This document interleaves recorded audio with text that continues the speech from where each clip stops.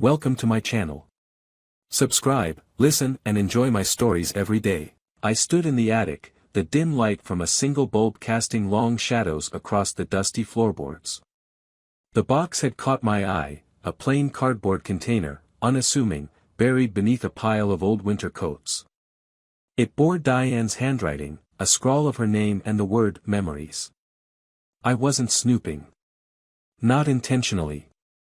I'd been clearing out the space to make room for the kids' old toys, long outgrown but too sentimental to discard.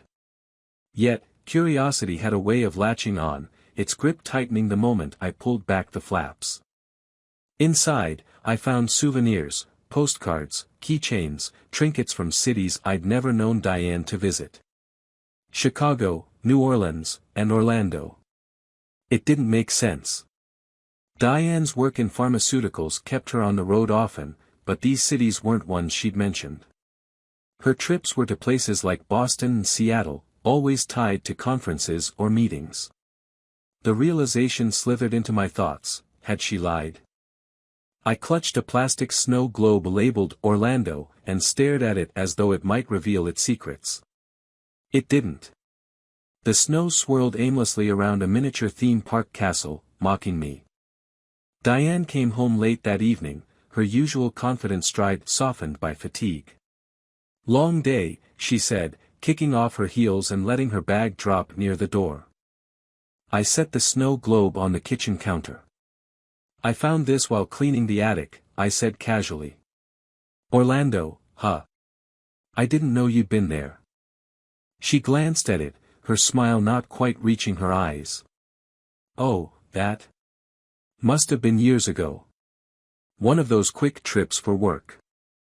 Her response was smooth, rehearsed. Too rehearsed.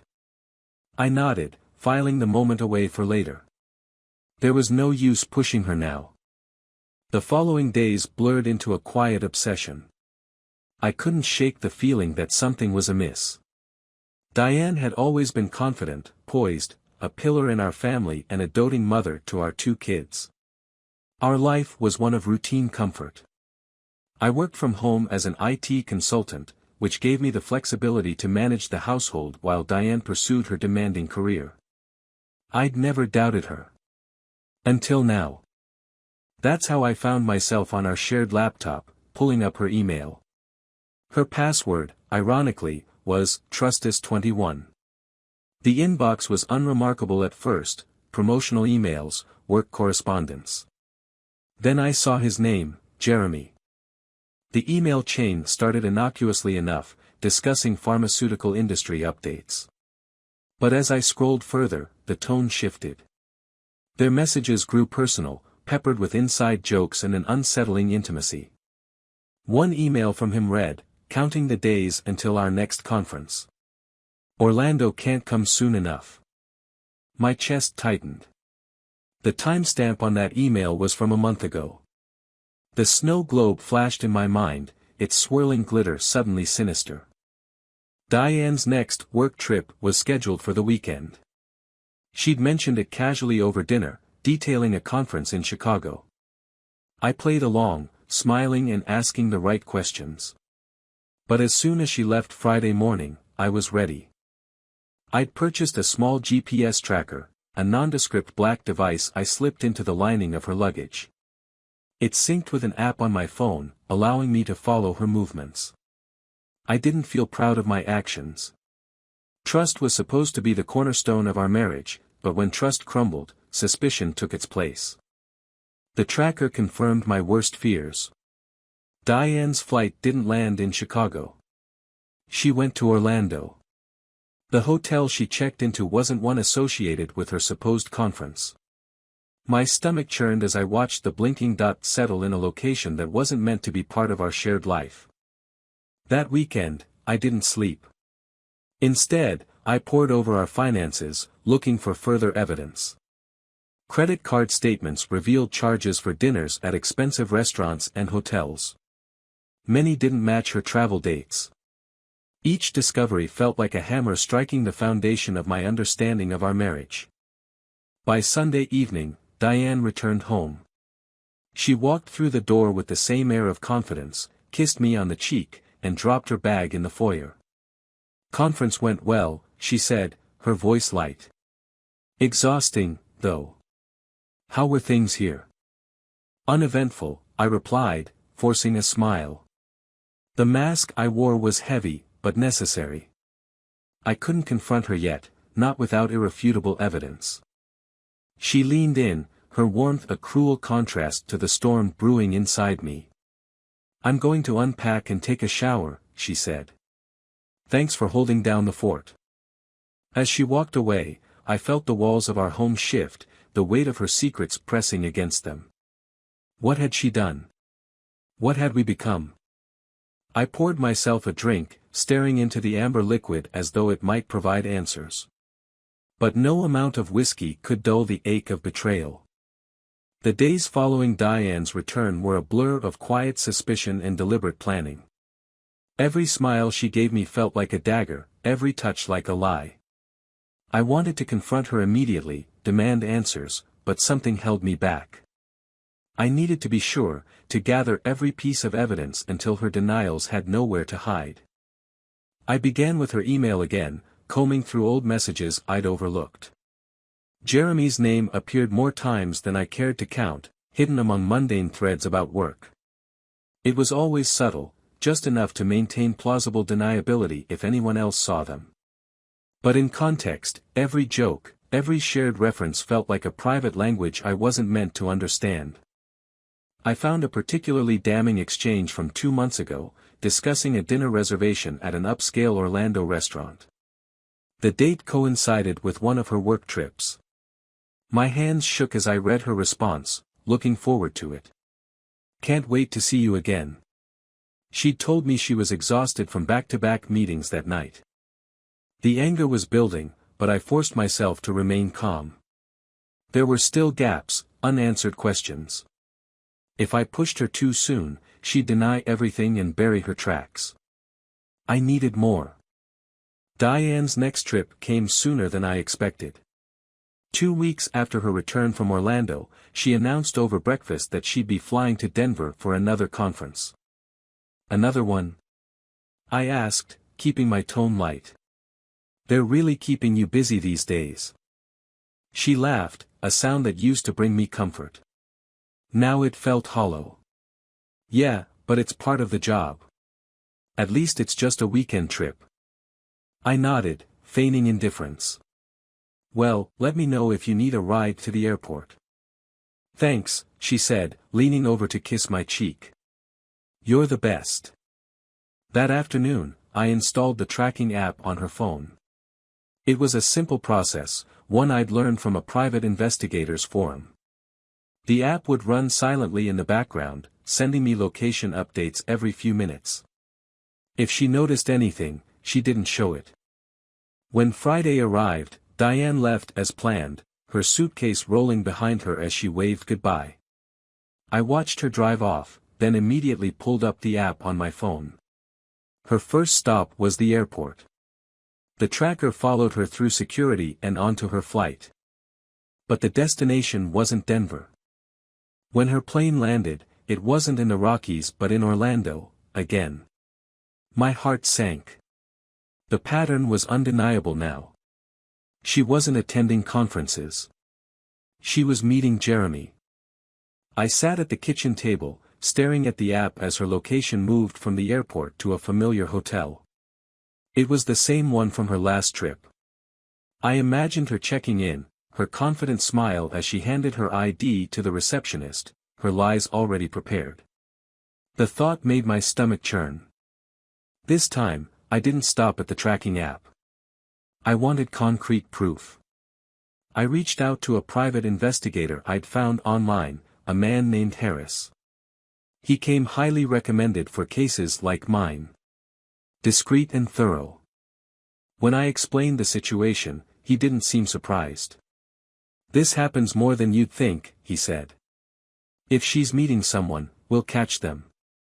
"You said she's in Orlando now?" "Yes," I replied. "I have her exact location." "Perfect. I'll head down there today and keep you updated." The waiting was excruciating. I spent the weekend in a haze, checking my phone every few minutes for updates from Harris. On Saturday evening, he sent me the first batch of photos. Diane and Jeremy at the hotel bar, laughing over drinks. Later, they were walking arm in arm, heading toward the elevator.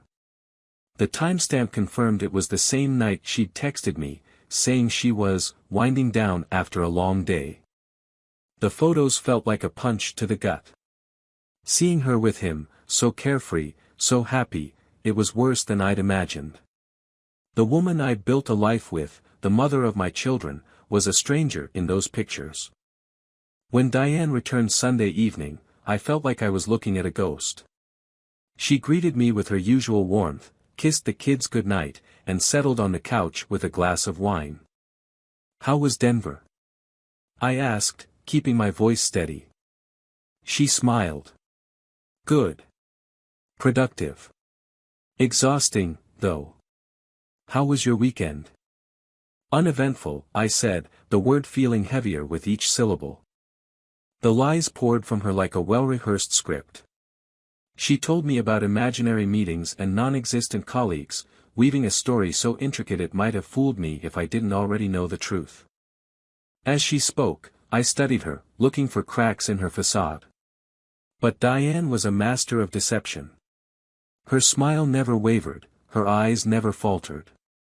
If guilt gnawed at her, she hid it well. That night, after she fell asleep, I pulled out the folder where I'd been collecting everything, the emails, the credit card statements, the GPS logs, and now, the photos from Harris. It was all there, every piece of her betrayal laid bare. The anger I'd been suppressing began to bubble to the surface. I wanted to wake her up, throw the evidence in her face, and demand an explanation. But another part of me, calmer, colder, knew that wasn't the way. I needed to control the narrative, to make sure she couldn't twist the story to her advantage. I slid the folder back into its hiding place and lay down beside her. Her breathing was steady, peaceful. She looked so innocent, so far removed from the woman in those photos. For a moment, I almost believed the lie. But the truth was a shadow that wouldn't leave. And soon, it would consume everything. The following week, my plan began to take shape. Confronting Diane wouldn't be enough, I wanted the truth to hit her like a freight train, leaving no room for manipulation or denial. For years, I'd supported her career, raised our kids, and built a life I thought was unshakable. Now, I realized how fragile it all was, how easily it could crumble under the weight of her deceit. If our marriage was ending, it wouldn't be on her terms. The first step was to finalize my preparations. I'd already reached out to a lawyer, one of the best in town, to review our prenuptial agreement. Diane had drafted it herself back in her law school days, a meticulous document meant to protect her assets. Ironically, it also protected mine. The clause about infidelity was crystal clear: any act of unfaithfulness on her part would nullify her claims to my wealth and property. I hadn't thought much about it when we signed it, but now it felt like a lifeline. That evening, I brought the folder of evidence to my lawyer, Sarah. She flipped through the documents and photos, her expression growing colder with each page. "This is airtight," she said, tapping the folder. "If you want to proceed with a divorce, Diane doesn't stand a chance in court. She'll lose everything." "I don't want to drag this out," I replied. "I just want her gone." "What's the fastest way?" Sarah leaned back in her chair. "With this much evidence, we could present it to her directly and have her sign a settlement agreement. No court battles, no drawn-out proceedings. She might resist at first, but once she sees what she's up against, she'll cave." "Good," I said. "Let's do it." The next weekend, Diane announced another work trip. This time, it was New York, a city she claimed was hosting a major pharmaceutical conference. I smiled and nodded, even helping her pack. She kissed me goodbye, oblivious to the storm brewing behind my calm facade. As soon as she left, I called Harris. "She's on the move again," I said. "Track her like before." "Will do," he replied. "Expect updates by tonight." By now, the routine was familiar. Diane's flight wasn't headed to New York. Instead, she was going to meet Jeremy again, this time at a beachside resort in Miami. Harris sent me photos of them lounging by the pool, their hands intertwined, their smiles carefree. Each image felt like another nail in the coffin of our marriage. When Diane returned Sunday evening, I was ready. She walked through the door, her expression radiant. "Miami is beautiful this time of year," she said, laughing lightly. "Sorry, I meant New York." My stomach clenched, but I kept my face neutral. "Did you get everything done you needed to?" I asked. "Absolutely," she said, setting her suitcase down. "It was a productive trip." I nodded. "Good. I need to talk to you about something important." Her smile faltered, replaced by a flicker of concern. "What is it?" "Let's sit down," I said, gesturing toward the living room. She followed me, her steps hesitant. I pulled out the folder and set it on the coffee table. "Before we start, I want you to look through this." She glanced at the folder, confusion clouding her features. "What's this about?" "Just open it." Her hands trembled as she lifted the cover. The first page was a printout of her emails with Jeremy, followed by the GPS logs, credit card statements, and finally, the photos from Harris. I watched her face as she flipped through the evidence, her complexion growing paler with each page. When she reached the photos, she froze. For a long moment, the room was silent except for the sound of her breathing. Finally, she looked up at me, her eyes wide with panic. "I can explain," she whispered. "No," I said, my voice cold. "You can't." She tried, of course. The words spilled out in a rush, a mix of excuses and apologies. She claimed it was a mistake, that she'd felt neglected, that it hadn't meant anything. But every word rang hollow. "I love you," she said, tears streaming down her face. "I never wanted to hurt you." "You didn't just hurt me," I said, my voice rising. "You destroyed us. Our family, our life, everything we built together. Please," she begged, reaching for my hand. "We can fix this. I'll do anything." I pulled my hand away. "It's too late for that. I've already spoken to a lawyer. You'll be hearing from her tomorrow." Her face crumpled, the realization hitting her like a slap.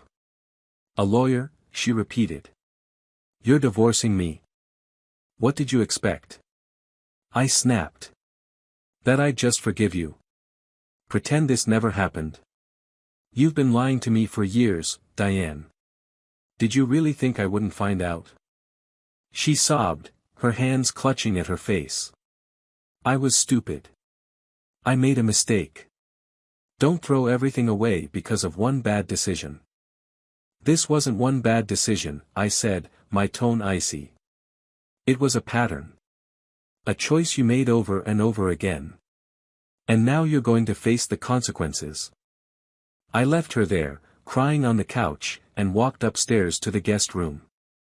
I couldn't bear to sleep in the same bed as her, not after everything I'd seen and heard. As I lay in the dark, I felt a strange mix of emotions, anger, sadness, relief. For years, I'd believed in a lie, but now, the truth was out. It was painful, but it was also liberating. In the morning, I'd start the process of rebuilding my life. Without Diane. Without the lies. Just me and the kids, moving forward one step at a time. The week that followed was a storm of legal paperwork and logistical maneuvers. Diane, still reeling from the confrontation, alternated between tearful pleas for forgiveness and bitter accusations. I remained calm, unyielding. I had no intention of letting her manipulate me into another cycle of lies. The lawyer moved quickly, delivering the divorce agreement with the weight of the evidence behind it. Diane balked at first, but Sarah's carefully crafted language left her no room to argue. She signed it reluctantly, her once confident demeanor replaced by a hollow resignation. For the first time in years, I felt like I was taking back control. I threw myself into work, the kids, and preparing for life without Diane. I thought the worst was behind me. I was wrong. 2 weeks after Diane moved out, I came home late from work. The house was quiet, the kids staying overnight at my parents'. I dropped my bag by the door and headed to the kitchen, my mind on the leftovers in the fridge. That's when I saw it. A letter sat on the counter, addressed to me in Diane's handwriting. My name stared back at me, stark and sharp against the white envelope. I hesitated, dread creeping into my chest, before tearing it open. Dear James. I know you probably won't read this, but I hope you do. There's something you don't know, something I've kept from you, not out of malice, but because I didn't know how to face it myself. Now, I have no choice. Jeremy isn't just someone I've been seeing. He's someone I knew before we met. You deserve to know the truth, he and I were together years ago, in college. We broke up, but when I saw him again at a conference 2 years ago, everything came rushing back. I was weak, and I let him pull me into something I couldn't control. I know you hate me, and you have every right to. But there's one more thing I have to tell you. The kids, Emma and Daniel, aren't yours. They're his. The words blurred before my eyes. I read them again, slower, each sentence like a knife carving into me. My knees buckled, and I sank into a chair, the letter trembling in my hands. It couldn't be true. Not Emma, not Daniel. They were my world, my reason for enduring the past few weeks. The idea that they weren't mine shattered something deep inside me. A flood of memories rushed in, Emma's first steps, Daniel's soccer games, the bedtime stories, the moments that defined me as a father. Could it all have been a lie? The next morning, I called Sarah. I need a paternity test, I said, my voice hoarse. She didn't question me. Within days, I had the kits. Diane cooperated, her guilt evident in every interaction. She avoided my eyes, her once defiant stance now a crumbled facade. The results came a week later, in a plain manila envelope. I stared at it for hours before summoning the courage to open it. They weren't mine. The science was indisputable. Emma and Daniel were Jeremy's children, their DNA a match to the man who had destroyed my family. The room spun as the weight of the revelation crashed down on me. I thought I'd reached the bottom of the well of betrayal, but this was something deeper, darker. I wasn't just a husband who'd been lied to, I was a father without children. That night, Diane called. Her voice was small, trembling. James, I know there's nothing I can say to make this right. But I want you to know that I never doubted your love for them. You're the only father they've ever known. Please don't turn away from them because of me. Her words cut through my anger. She was right. Emma and Daniel didn't know Jeremy. They didn't know about the lies that had poisoned their lives. To them, I was their dad. The thought of losing them was unbearable. The next morning, I sat Emma and Daniel down. My heart raced as I searched for the right words. There's something I need to tell you, I began, my voice trembling. Your mom and I are going through a lot right now, but there's one thing you need to know, I love you. No matter what happens, that will never change. They looked at me, confused but reassured. I couldn't bring myself to tell them the truth, not yet, maybe not ever. For now, my love for them would have to be enough. Months passed, and life began to settle into a new rhythm. Diane moved away, her relationship with Jeremy unraveling almost as quickly as it began. I focused on Emma and Daniel, pouring every ounce of love I had into being their dad. One evening, as I watched them play in the backyard, I realized something: biology didn't define fatherhood. It was the countless hours, the sacrifices, the unconditional love that made me their dad. Jeremy might share their DNA, but he didn't share their lives. That was my gift, my legacy. The betrayal had left scars, but it also taught me the depths of my strength. Diane's lies had shattered my world, but in the ruins, I found something unbreakable, my love for Emma and Daniel. That, above all else, would endure.